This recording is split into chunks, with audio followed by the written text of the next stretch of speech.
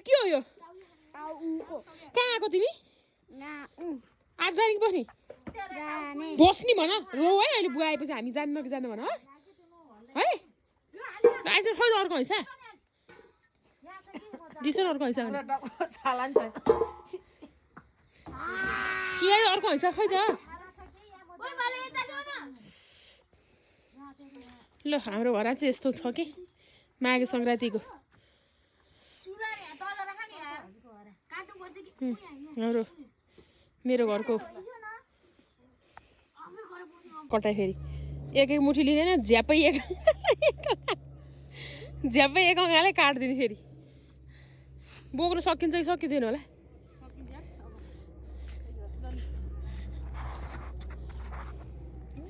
छिर्नु पर्छ पर्दैन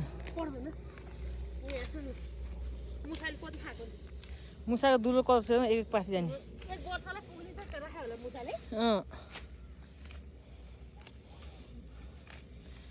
यत्तिकै हो त है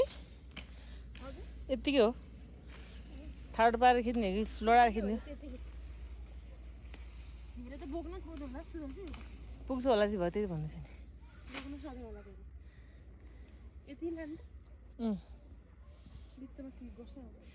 this is a my home town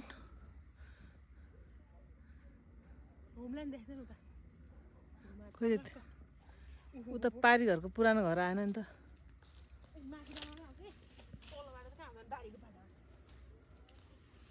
ए म त बारी पाटा छु भने बिर्सिँदा सबैभन्दा ठुलो घोगा मकै यही पाटामा फल्छ है अनि यहाँबाट ढुङ्गा फाल्ने हामी के ठुलमुवाको बारीमा कि हजुर बारीको ढुङ्गा छाम्दै फाल्दिन्छ ठुलमा चाहिँ ज्याला लगाइरहे ढुङ्गा फाल्ने फेरि वैशाखमा यहाँसम्म यसो उत्तिस आउँदो रहेछ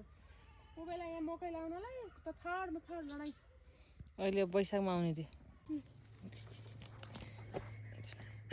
छु सरी बारी घाँसको बोकेर हिँड्नु म घाँसको भाइ एकदम ठुलो एक अँगालो भरिको छ अगाडिपट्टिबाट हेर एकचोटि फर्केर